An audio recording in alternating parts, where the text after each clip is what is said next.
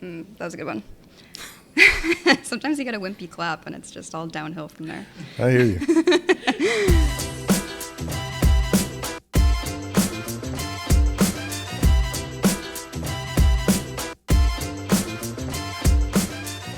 Hello and welcome back to Journeys to College and Beyond. And if you're new here, thanks for joining us. This is the podcast on all things college life.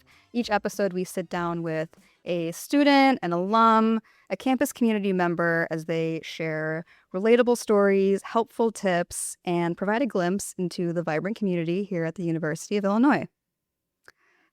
It's a brand new season, and we are starting things off with a bang. Our guest today is a computationalist, a researcher, an award-winning educator, and an accomplished advocate for high-quality and affordable education. They hold their PhD from MIT, and their research has primarily focused on artificial intelligence and machine learning. It's an honor to welcome to the podcast Chancellor of the University of Illinois Urbana-Champaign, Charles Lee Isbell Jr. Welcome, Chancellor! Thank you. It's an honor to be here. I can't believe I'm even saying that. May I call you Chancellor? You may call me Chancellor. You may call me Charles. You call me whatever you want. Okay, great. Except Chuck. Okay. Or Charlie. No Chuck. Or Chaz. Okay. But Charles is fine.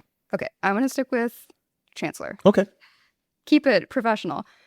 Chancellor, it's funny because a lot of the times my guests on this show, it's their first time doing anything like this. I've never been on a sit down on camera podcast sort of thing, but you are, very seasoned with this. In fact, recently you kind of sat down with the GOAT, Sean Evans.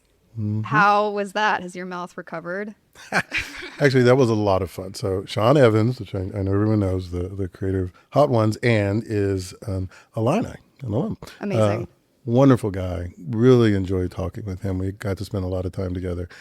We did eat real wings, but I interviewed him. He did not interview me. Yes. And he says that is much harder to not be the interviewer, but to be the interviewed. And all of the wings were hot. I actually didn't think they were that bad, except for the bomb, which was the worst single experience I've ever had in my life. I don't know why anybody would create such a thing, but it was really good. I recommend for people who find themselves on Hot Ones, milk and blue cheese. Oh, and never use your lips. Eat with your teeth like that. Wow. You seem to really keep your composure with that one. So you didn't seem rattled at all, but I appreciate the advice if I ever end up on Hot All Ones. teeth. I'll practice. Blue cheese dressing, lots of milk. Okay, sounds good. Chancellor, you're such a familiar face on campus. It's hard to believe that you just wrapped up your first full academic year here as Chancellor. How do you feel reflecting on that first year, and what are you looking forward to?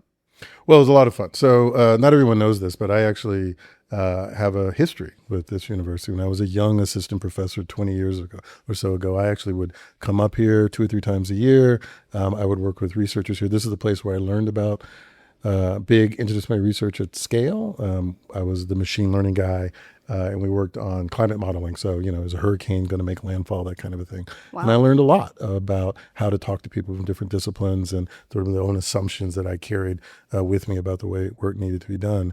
And then I went away for 20 years and had a chance to come back. And so looking back on this first year, a couple of things jump out. One is the place is as advertised. It is a fantastic place to be. It's a fantastic place to do any kind of work that you might want to do. And this is a place that is ready to do more and more and more and more. We've done great things. We're going to continue to do great things. So I'm very excited about what I was able to do, the people I was able to meet over the last 6, 9, 8, 12 months, and very much looking forward to moving forward and doing the things that we're going to do together the next year or 2 or 5. Amazing. Or 5 or 10 or 20.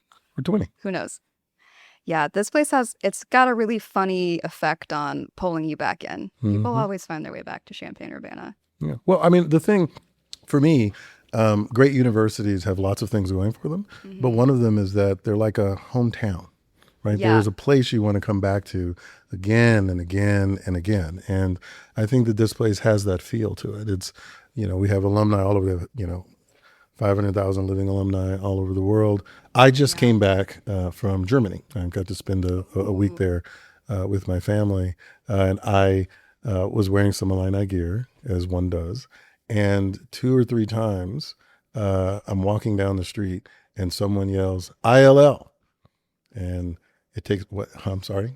And ILL, I was like, I. And I've got some pictures. I got to meet people everywhere, all over the world. And we would sit and we would talk about, their experiences and what they remembered. Some of them been there in 20 30 years. Some Wow. had just been there 1 or 2 years ago. It was a wonderful experience. This is a place that people really love. This is a place that people love to look back on it because, it's a place where you can have your life impacted and you can impact the world. Amazing. I love it. And I definitely agree. I'm excited to learn more about you from this podcast, but I think one thing we've already clarified for sure is we both share a love for the University of Illinois. Oh, yeah. Like you alluded to, we do a lot and we strive to do all of it very, very well. Mm-hmm. We're a very well-rounded institution, but I'm curious, in your eyes, what programs, initiatives, or aspects of Illinois do you feel define the university's identity and mission? Well, so I think a couple of things. One, what I just said, which is that it's a hometown, which means it's really the people, right? It's the people who are here, what they do, and how they interact with one another. But the other is the breadth of this place, right? It's fantastic. We could talk about, the Granite Center for the Performing Arts, which is an amazing place. We can talk about inventing the LED and engineering. We have fine and applied arts. We have everything. We just have everything. And that is not common. Like, there are many universities, including my own alma mater, great at what it does, but doesn't have 17 colleges and doesn't have 20 colleges, has 5 or 6, right? Yeah. And this is a place where whatever it is you want to be, whatever it is you want to do, you can do. But importantly, and this is the thing that I think really is a thing about this university, is you can be a computationalist, say, but you really care about understanding how people work. There are 4 or 5 different programs you could connect to because this place is so broad that you could be a part of. So the interdisciplinariness, that is a thing about this place, and they can do it at scale. Lots of places want to do this, but this is a place where it just sort of is in the DNA, and it's very natural. So what I would say to any young student, any young faculty member, anyone who's coming into this place is take advantage of that breadth. Think about how you're going to meet people who are from a place you've never been, and experiences you've never had, and do things that you don't do, and your own life will be richer for it, and you will enrich their lives. And I think that is what this place is pretty good at. So cool. Yeah, we're super lucky to have had a couple of students that fall into one category on the podcast, but then they branch off and they do this, they do that. They have all these different goals and they can be achieved in so many different ways all through opportunities here at the University of Illinois. It's a global institution, a world-class institution. How does Illinois support its in-state students and ensure that they have access to those world-class opportunities right here in their own backyard? Well, it is a really important question because, as I said, this is a hometown. It has this sort of big interdisciplinary part to it, but at its very heart, it is the land-grant university. Mm-hmm. It has a mission of outreach. It needs to think about its city, its state, its country, its world, and we are a public university. We are at Illinois, so we have to think hard about Illinois and all of Illinois and all of the people across this great state. So we put a lot of time and energy into thinking about that, and this goes back decades and decades and decades and decades. This isn't just a thing that someone started thinking about recently. We have one of the largest, in terms of both percentages and absolute number, of in-state students of any of the universities in the Big Ten, for example. Wow. Of the 9,200 or so students who came in last year, about 6,600 of them, more or less, were actually from Illinois. Wow. Yet at the same time, we have people from all over the country and people from all over the world. So it's this big metropolitan place, but it's still a place that remembers that it is a part of Illinois. We have the Illinois Commitment, which is designed to make certain that students can come out of here as debt-free as possible. If you're from a family making under $75,000 a year, for example, you get tuition and fees covered for you. We try to make it possible that students will be able to come out of this and get the return on investment that they're here for. But at the same time, because it's not just about spending the least amount of money, we have study abroad programs. We have this ability to work and double major and to build your own degree and your own experience so that you can have that global experience and not have to worry about how am I going to pay for it next week, but be able to just do what you're here for, which is to learn, discover yourself, and then go out in the world and have a big impact. That's huge. I mean, that's life-changing for a lot of people. And we're lucky in my role that I get to talk with some of those students who participate in programs like Illinois Commitment. And it's really special to hear their stories where they come from 400 people in my hometown.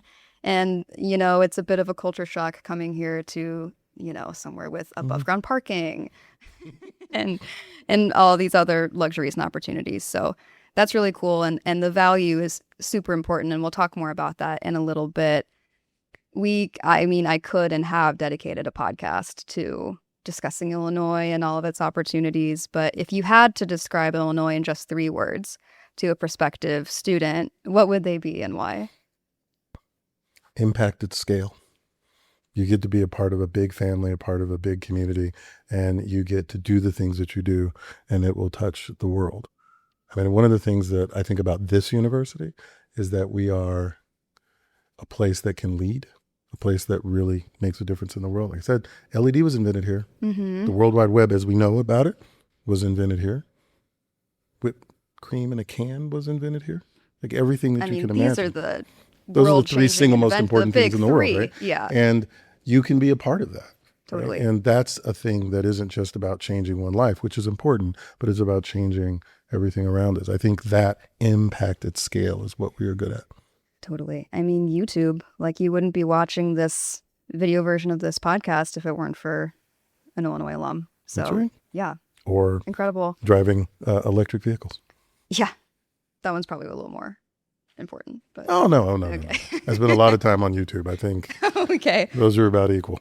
Great. Amazing. Oh, well, we're on the same page with that one for sure. So this podcast is called Journeys to College and Beyond. You are the beyond. Okay. And a very successful beyond at that. But I'm actually curious if you could share a little bit about your own college journey and what your hopes and kind of challenges and where your mind was at back when you were a prospective student, like a lot of our listeners are right now. So I come from a different part of the country. So as you can tell by my accent, I'm from the South. I grew up in Atlanta on the wrong side of the highway. My mother was she was actually a social worker. She supported the housing authority in Atlanta and child development centers. My father was a substitute teacher for English and coached sports. Right? And we lived in a particular part of the city. I applied to one place as an undergrad because I just didn't know what you needed to do. I don't recommend that, by the way, but it worked out for me all the time. And I ended up at University in the center of Atlanta. It was about 8 miles from where I lived, but it might as well have been 800 miles away. It was a completely different place and a completely different experience for me. I kind of knew what I wanted to do. I known what I wanted to do since I was 8. I wanted to be a professor. I wanted to do computer science. I wanted to do AI, machine learning. This is what I sort of always knew that I wanted, and I sort of walked towards that. And at that university, I was able to discover that the world was bigger than I thought it was. Still ended up doing AI and machine learning, still ended up being a professor ultimately. But that sort of experience of meeting all of these people in my own city who were very different from me and had very different experiences was really eye-opening. It taught me a lot about accessibility and affordability and making certain that people would have the opportunities that I had. It was transforming for me, right? Mm-hmm. And a lot of what I've done since, or at least the way I like to think about the world, is making certain that opportunity is available for others. So I loved my college experience. It was great. I loved it a lot more than my high school experience. I loved being in this place, a place that I grew up, and yet might as well have been a million miles away. Yeah. It was really wonderful, man. I wish that for everyone. And that's what I did. And then I left and went off to grad school in a much colder part of the country for 8 to 12 years, depending upon how you count. Yeah. And then worked my way back to my own hometown, where I was for 21 years. Wow. For coming to the Midwest. That's a beautiful story. Thank you for sharing. I love that trajectory of the South to North to back South. And then here, right in the Midwest. And I relate to what you said about pursuing higher education in more or less your own backyard, just a couple miles away, but really it might as well have been like a different part of the world. It was a different part of the world. Yeah. It really was. Yeah. And I've gone back many times, and of course I worked there, and it's changed completely. And It's very different from the neighborhood where I grew up. My neighborhood is very different the world is a different place. And just, being able to be a part of that and seeing that it's great. All of us, if we are lucky enough, we'll have that trajectory in our lives, right? We will go away, we will come back, we'll go away, we will come back, and we'll get to see how the world changes. And being a part of that, I think, is really awesome if you can be. Yeah, I'm excited. I can't wait. That's very inspiring. You talked about your aspirations to be an educator, a professor, which you achieved. And as you reflect on that time as a leader in education, a professor, what are the lessons that stay with you? Oh, there's so many. I think my favorite thing, actually, I say a lot, is around, making mistakes. So the first thing that is really true about the world, I mean, I really believe this, is that you can kind of only really learn from mistakes. The secret is they don't have to be your mistakes. So if you pay attention to what people are doing around you, and you see what they're doing and why they're doing what they're doing, you can learn from them. I mean, that's the whole point of coming to a university. It's the whole point of life in the first place, right? Is to learn and to grow. And as a professor doing the things that I was doing, trying to do research, it's all a series of mistakes before you get to the right answer, right? Yeah. And there's nothing wrong with that. In the world that we're in now, with social media and all the other things, where people curate what they present to the world, it's really easy to convince yourself that everyone else's life is perfect and only you're the one who's sort of suffering or hitting a wall. And the truth is, you are not. I promise you, if you're sitting in a classroom and you have a question, at least a third of the people in that classroom have the same question. They're just not asking. So there's nothing wrong with you asking the question. Right. You will, in fact, be better off because of it, and other people will be very happy that you asked it.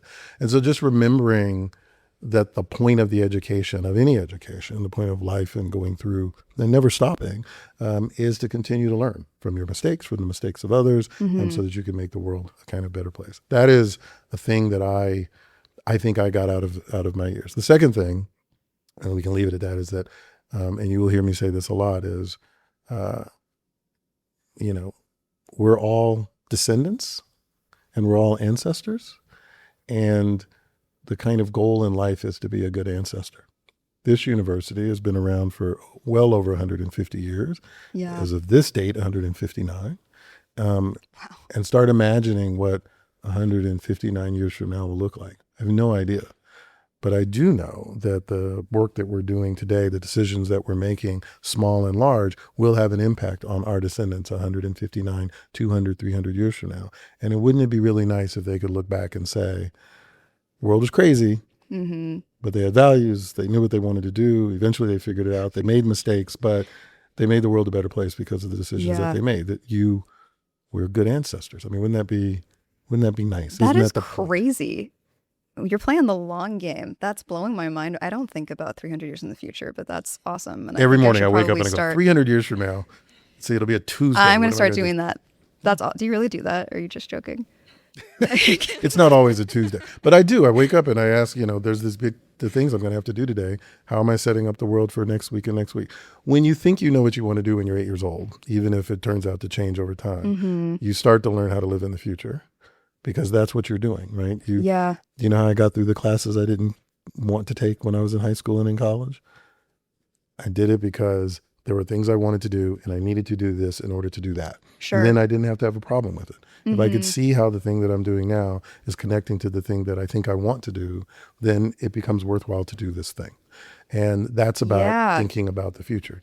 The mistake you have to avoid making is, if you're living in the future, make certain that you're also living in the present. So true. And it's easy to forget that. It's easy to live in the present and not think about the future. It's easy to live in the future and not think about the present or the past. And we shouldn't do that. We should think about both at the same time. How do you do that? How do you stay grounded? You remind yourself every day.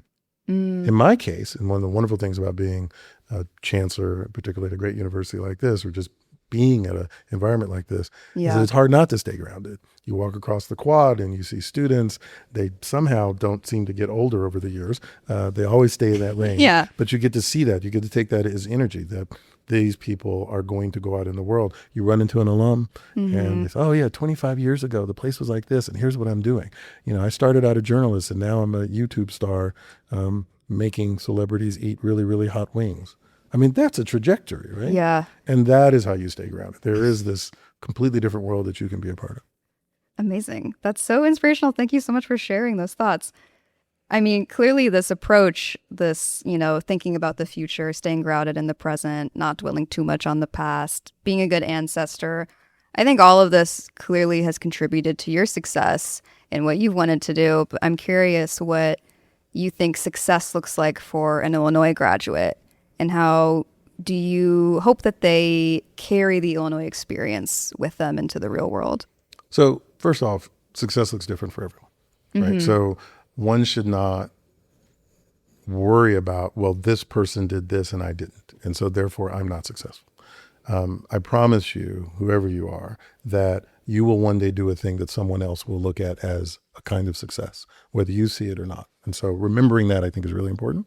Totally. But I think that success for an Illinois person is about that breadth, right? So we have 25, I think, Nobel Prizes from either alum or people who are somehow directly affiliated with Illinois. Wow. And these are like life-changing, amazing things. On the other hand, we have Sean Evans, who came out of here and created something nobody had seen before. I mean, if you go back 10 years and you say, or 15 years, and you say, I have this idea, why don't we get a bunch of hot chicken wings together? And eventually we'll be parodied on Saturday Night Live. And people would look at you like you were crazy. But he did. That is success, right? Taking what you got here and going out and doing something different in the world. Yeah. But success is also, the 93% of our students who go off and they get jobs in the first 6 months. And they eventually become vice presidents, or they start a company, or they raise a family. Like, all those versions of success are success. Yeah. And insofar as this university and the people that you meet here are able to help to support that, that is success. The fact that you're able to help someone else is success, right? So I think success looks like whatever you want it to look like, so long as you remember that the goal is to be this good answer. The goal is to affect others. If you're all alone, it doesn't matter what your success is, right? You need to touch other people and let other people touch you.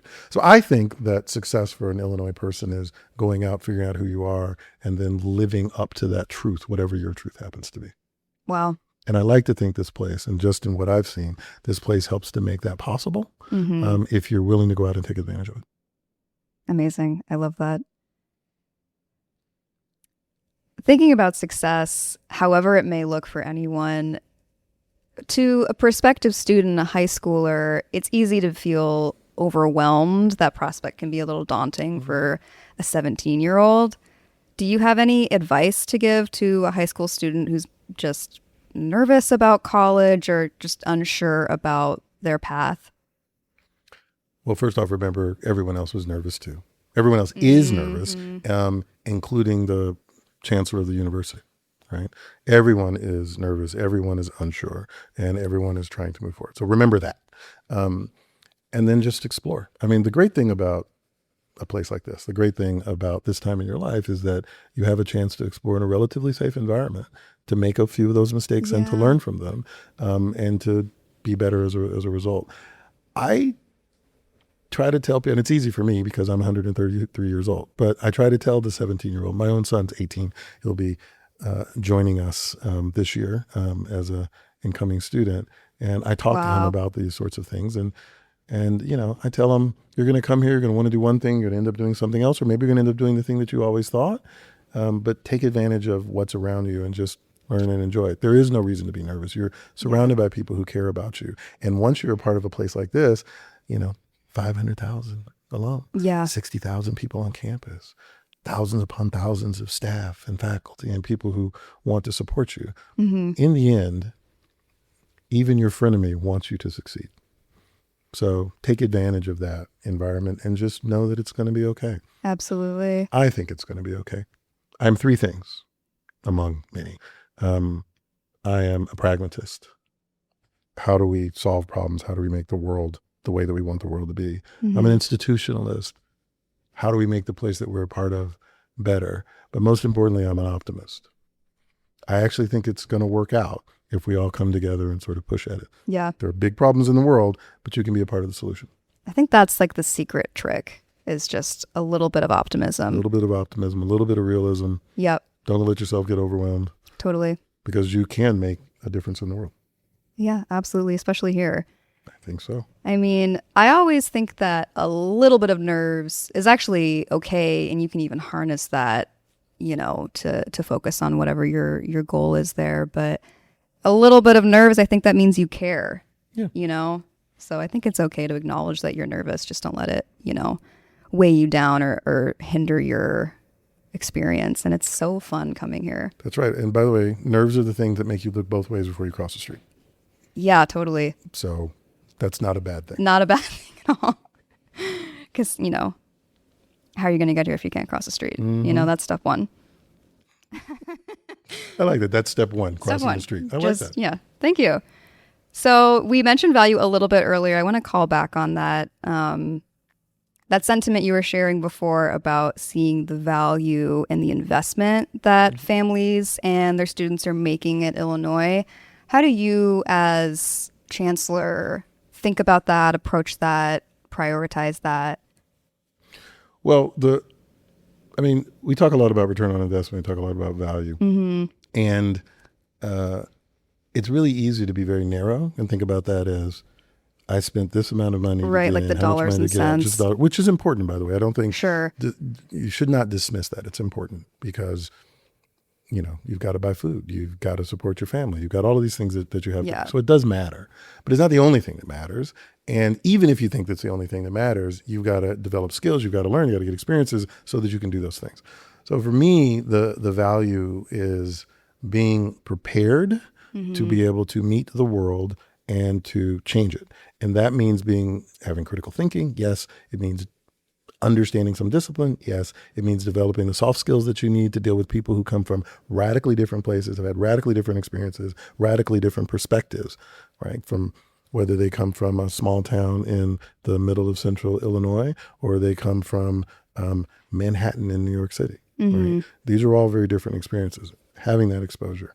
And being willing to think about what it means to talk to those different people and understanding what it means to learn how to learn, right? So the value of this experience is that it is an experience that teaches you things and prepares you to be able to learn more.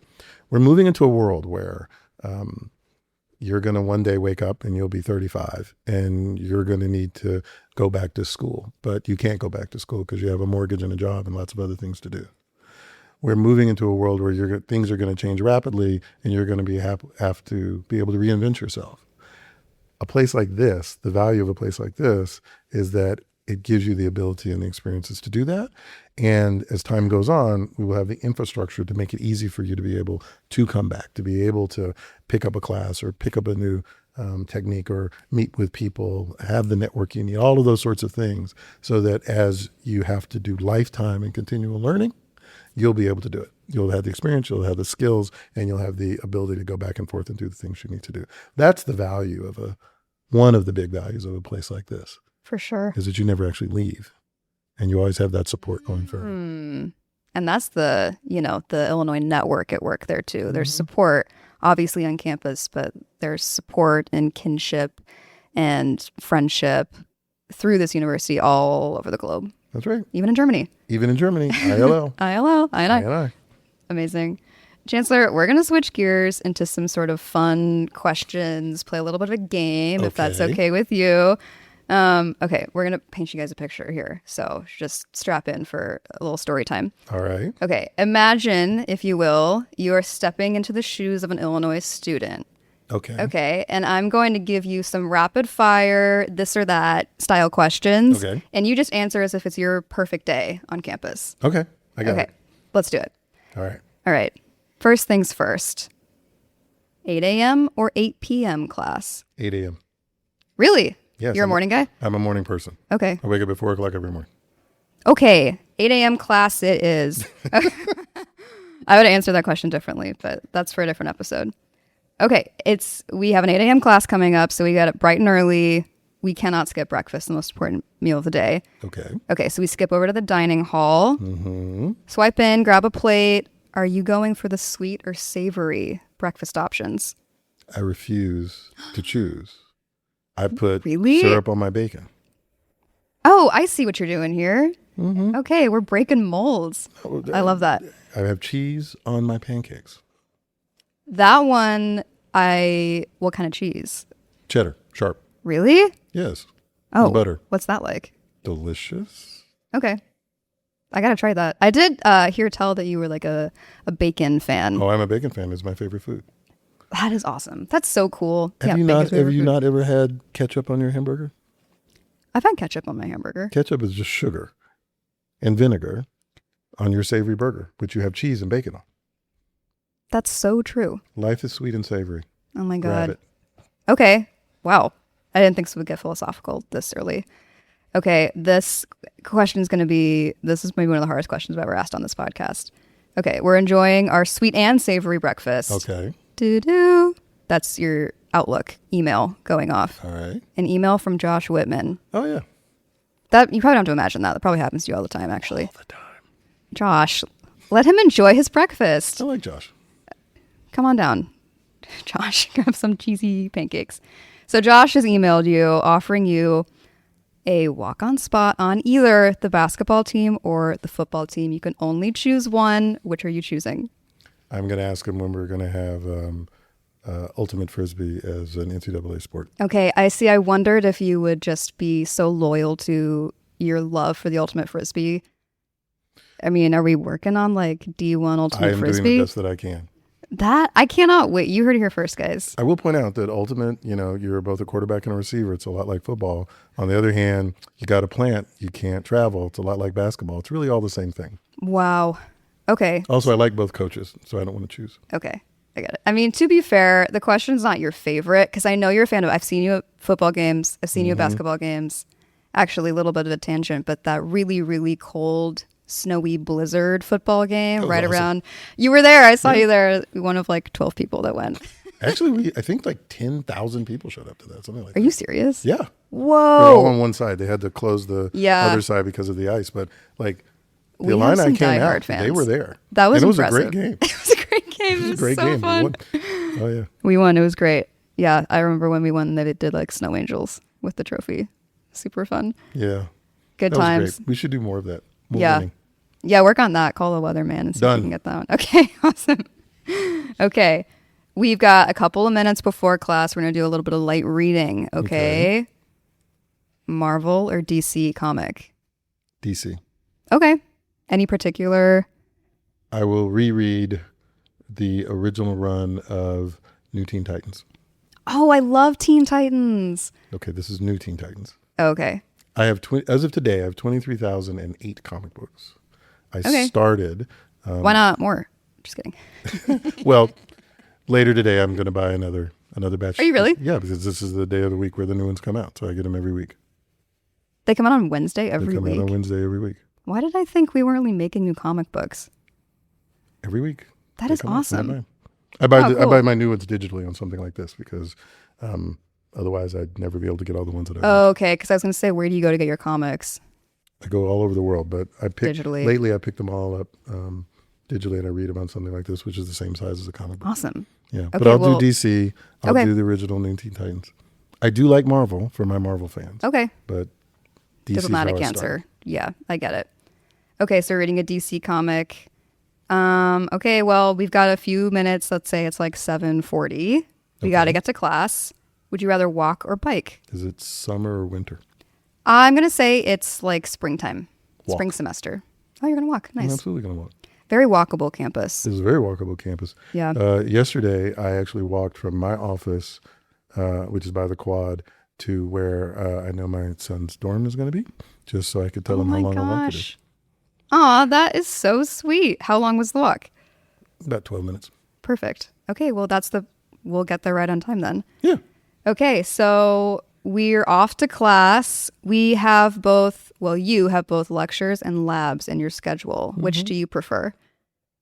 I like both of them. Okay. I actually love lectures. Yeah. As a professor, I really love lectures because you can stand up there and you can talk, you can communicate to people. It's wonderful. I bet you give awesome lectures. I'm not going to pat You myself have on to, the back. you have to ask but somebody else, but I maybe. don't know. maybe. Maybe. A bunch of my stuff's online. You can look it up. You can tell me. I'm going to do that. So I like lectures as a professor. As a student, I liked labs because you could just do a bunch of things. But Yeah. as time went on, I think I liked the lectures more and more just because you can sort of sit there and it's like watching a movie. Yeah, I like a lecture. I love a podcast. I thought I was going to like share something surprising about myself, but then I remembered the setting we're in. But yeah, lectures are kind of just like a podcast. Take a little notes, draw a little diagram, perhaps. I like how you say lectures are like a podcast, as if lectures are the new thing and podcast has been around for 2,000 years. Right. It feels right. People talking. I don't know, something about it. Information. Okay. Well, we are enjoying our lecture and the lecture has wrapped up. We got to hit the gym because, like, you know, Josh is waiting on us to get the program with the Ultimate Frisbee started. That's right. Okay, so are we going to go with a cardio or a strength training today? Probably cardio because ultimate and racquetball. But, you know, if I'm a student and I'm going back in time, I'd be doing strength. When I was young, so it was a very long time ago, I benched 320 pounds and I squatted 475. Whoa. 5 days a week, 3 days on, 1 day off, 2 days on, 1 day off, 3 days on, 1 day off. That is crazy. Yeah, I was really into it. How do you do that? But I feel like it's just the answer is strength training. Well, the first step is to be a lot younger than I am now. Okay, step one, time on your side. Yeah, time on our side. But I liked it and I did. And I had friends and we would spot each other. And by the way, if you're into, you know, only free weights, obviously. But if you're really into benching, there's this. Is that how you do it? There's this pyramid thing. Yeah, you do it just like this. Okay. My form is right. Got it. There's this pyramid thing you can do, which I highly recommend you do at least once a year. So you alternate 5 pound, 10 pound, 5 pound, 10 pound, 5 pounds. So you start out with 275, 320, depending. Something pounds light. like that. And you have 3 people. So you're benching. You have 3 people, one on each side and one behind you as a spotter. Okay. You get on the ground and the spotter takes it off for you and lets go, and you do as much as you can until you can't get it off your chest. And then the spotter grabs it, people on the side grab it, lift it up, put it on, take the weights off on the side, put it back on you, and you just do it. And that sort of forces you to get to the next level. By the time you have nothing but the bar left, which you could have started out and you could have done 100 of those, you can't even move your arms. But it's a really good, don't do it every time. Don't worry. Don't even do it regularly, but at least once a year when you hit a platform, not a platform, you hit a plateau. Doing that helps to break it. So I used to do that. There's a beautiful metaphor there for teamwork and achieving something. Yeah. You can't do it by yourself. It's really good. So yeah. So I would do strength training if I was 17. Strength training, something easy. Okay. Yeah, something easy. Something light. Start off light. Okay, well, surprising no one, we're a little bit sleepy at this point in the day, but we're kind of out on the go. Maybe we're up late studying last night as well. We're going to take a little power nap. Would you rather take a power nap on the Union Lounge sofas or a hammock on the main quad? Is it winter or summer? I think it's spring, late spring. Can I do both? I'll start out in the hammock Absolutely. and then I'll end up, but I won't take a nap in the lecture because that would be wrong. Right. Okay. Yeah, I'll do both. I'll start out in the hammock. Great. And then I'll end up on the sofa. Perfect. Okay. I've always wanted to do that. Sleep on those sofas. Why haven't you? It's just busy. I don't know. Doing podcasts. Yeah, doing podcasts. There's a sofa right over there. No, I think what the real answer was I was worried I'd miss my bus. Even, if you fall asleep, there's no telling, And you wouldn't want to be late to lecture. No. Or class or work or whatever it was. You need to sit down and find the time to fall asleep on the sofa. Dude, you're so right. I have like a to-do list after this podcast. Let's make it happen. You're full of great ideas. This is my final question for you, okay? This is a big one. All right, we're fast forwarding to the end of the day, all right? You and your buddies want to unwind with a movie marathon. Are you watching the original Star Wars trilogy or the prequels? Or the sequels? I'm doing the machete order.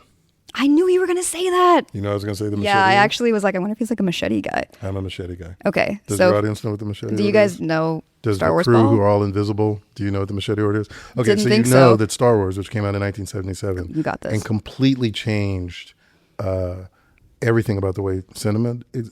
Prior to that, there were not summer blockbusters. They didn't exist. Prior to Jaws, which happened just a couple of years before, in fact, you not only didn't have big summer blockbusters, but like movies were moved around from city to city. It was a very, very different time. And Star Wars created the summer blockbuster. It created tie-in toys. It did all of that kind of stuff. The world you're living in now only exists the way it does because of something. Right. It's really important. So the first Star Wars came out. It's now known as Star Wars 4, A New Hope. and then Empire Strikes Back, which was 5, and then Return of the Jedi, which was 6. Then they did the prequels, 1, 2, Right. and 3, and then the sequels 7, 8, and 9, and then a whole bunch of spinoffs, including Mandalorian and Grogu. Which I saw that. I saw that last we night. were taking bets if you'd seen it yet, because I was going to ask you about it. You Now- saw it last night. Yeah, I saw it last night. I can't this wait. This is in IMAX. Very nice. There's a nice big IMAX theater. There's no here in other town. way. You should do it. For the There are other ways, Mandalorian. but it was kind of nice. Yeah. Anyway, I didn't answer your question. Okay, Okay. so here's the machete order. I'm looking at you. Here's the machete order. 4, 5. So that's Star Wars Empire Strikes Back, which, as you know, ends on a bunch of cliffhangers. Yeah. 4, Right. 5, 2, 3, 6. Now, why? Because 4 is the one you got to start with because that was You the got to start original. number 4. 5 is actually the best of them. Very well directed, Obviously. very nicely well done. Ends in a bunch of cliffhangers. And the big question is, will Luke go to the dark side? Then you go back to 2, and it's Anakin's story. You see him become Darth Vader. And you realize that he's doing all the things that Luke has done. Right, because they rhyme. Exactly. Yep. And you see how this kid turns into an adult, scarred by war, and then eventually He becomes goes Darth the other Vader way. and becomes evil. So then when you come back to 6, there's actually something at stake. Yeah. You actually can see how it could happen because you've seen it happen before. And it makes what happens to Darth Vader in 6 better. So machete order, 4, Perfect 5, answer. 2, 3, 6. Amazing. And then Mandalorian and Grogu somewhere down the line. And then you watch all the Just rest for a of little them. laugh. You know. Yes. Okay, we'll have to have you back when I've actually watched that movie, and then we can debrief. Okay, I'm on board with that. Amazing. This has been a dream come true. I could not have asked for this to go better. Chancellor, thank you so much for joining us today. This has been a blast. Like I said, come back anytime. Pleasure's all mine. Anytime you want, just let me know. Okay. Okay. Care what you wish for. Just kidding. Guys, that's it for this month's episode. In the meantime, you can check us out on TikTok at illinois.journeys.pod. And if you want more of Journeys or any other fun and helpful admissions-related videos, you can subscribe to the Illinois Admissions YouTube channel. And that's it for this time. Thanks so much for listening, and we'll see you next time. Bye. Cut. Good job.